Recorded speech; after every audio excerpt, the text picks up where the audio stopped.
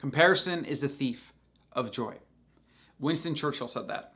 Pretty sure. It might have been Roosevelt. I always get them mixed up. What does that mean? What does it mean that comparing is going to rob you of your joy?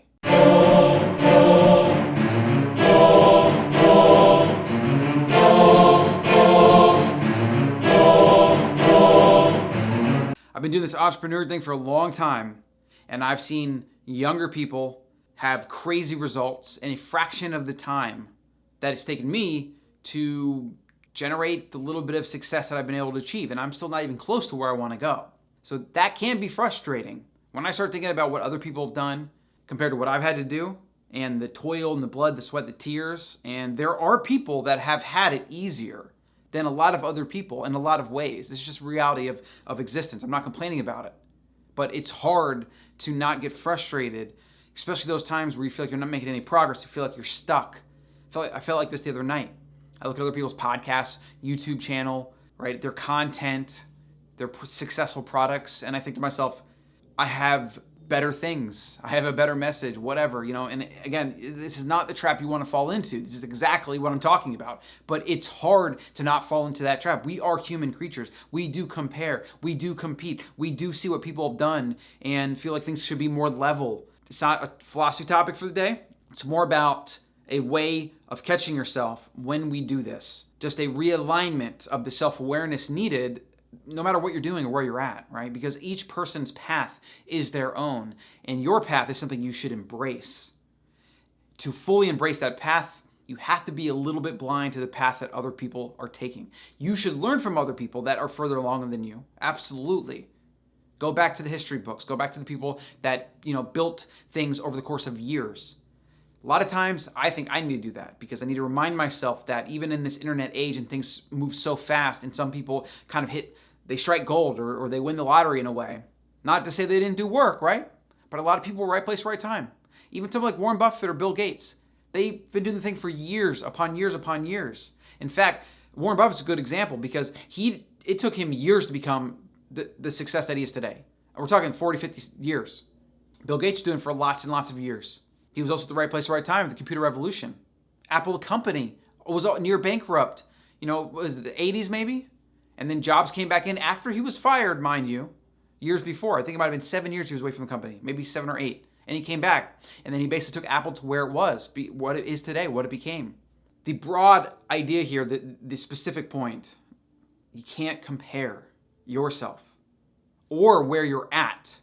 Don't compare your journey to others. Unless it's simply trying to take things out that you can learn from to then implement to get you to where you want to go. You should absolutely try to emulate people that have the things that you want and that are having the success you want. Just disconnect your results from theirs.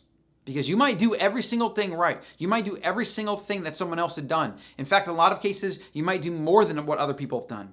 But you don't have the same station, the same place, the same people around you. You don't have access to the same opportunities. A lot of people are literally at the right place at the right time, especially when it comes to uber success. Like you don't become Bill Gates or Mark Zuckerberg, or even Steve Jobs and Apple company if you aren't at the right place at the right time. Whether that was California, when the computer boom was going around, the software boom, etc. And a lot of successful people put themselves in those situations.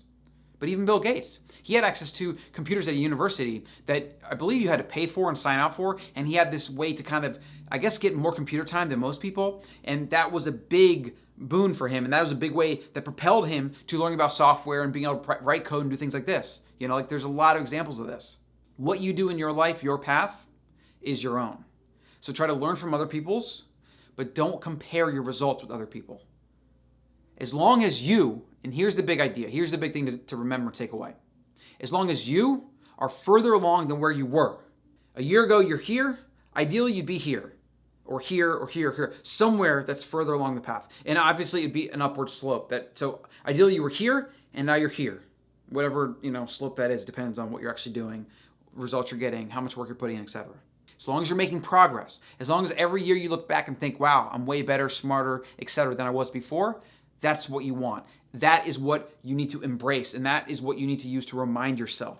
So that's it for today's video. A very quick reminder of a very important concept. Rewatch this video in the future. Maybe put it on your watch once a month videos list if you need a reminder to embrace your path, whatever that happens to be, and to just focus on the next step. What can you do? In fact, side note, before I finish this video, tomorrow I have a very important call. Wild Foods is 4 years now, been growing it myself, no outside funding, all me, right? All out of my brain and then in brains of the employees, whatever, and then us and our efforts into creating what it is. And tomorrow could be a big thing. It could really propel me to a lot of my financial goals, or at least give me the path towards them. It took me 4.5 years to get here. There are some food companies, startups, any companies really, that go from idea to raising a bunch of money and then huge thing or exit or whatever very quickly. It took me 4.5 years. And today, that's slow, but in business and in the history of all business and in America and whatever, it's actually super fast. And that's another thing I have to remind myself of. I'm still very early stages, even though in my mind, I feel like I've been doing this forever. That's part of, the problem with our fast growth, internet-based world is we forget what actually is long and short, right? Because there's all these things that go really fast and we think that's how it has to be. It's not how it is. And we're still moving at light speed. It's crazy.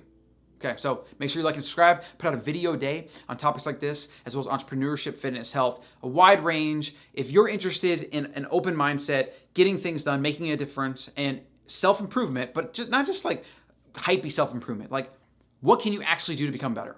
Right? What is a day-to-day thing? What habit can you get rid of? One habit can you add? Practical self-help, practical person building, which is you being the person.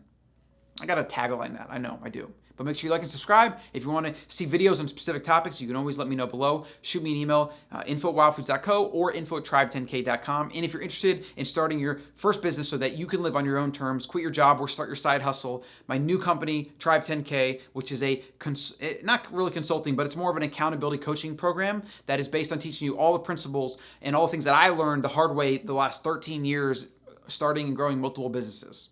Go to tribe10k.com to learn more about that. And we also have the Ancestral Mind podcast you can find on iTunes, as well as the Tribe 10K podcast, which is just launched to coincide with the Tribe 10K program. I'm really excited about that because I'm going to be able to talk about business and marketing, persuasion, and a lot of the things that are loosely correlated to success and self-help and whatever. And it's just a hodgepodge of really awesome ideas. But if you're interested in being an independent thinker and challenging the status quo, not being a debt slave or an employee slave, I mean, I hate to say employee slave, but in a lot of cases, a lot of employees are slaves because they don't control their life and they're told what to do, when to do it. If you want to live an alternative way to that, Tribe 10K is for you. All right? Thanks.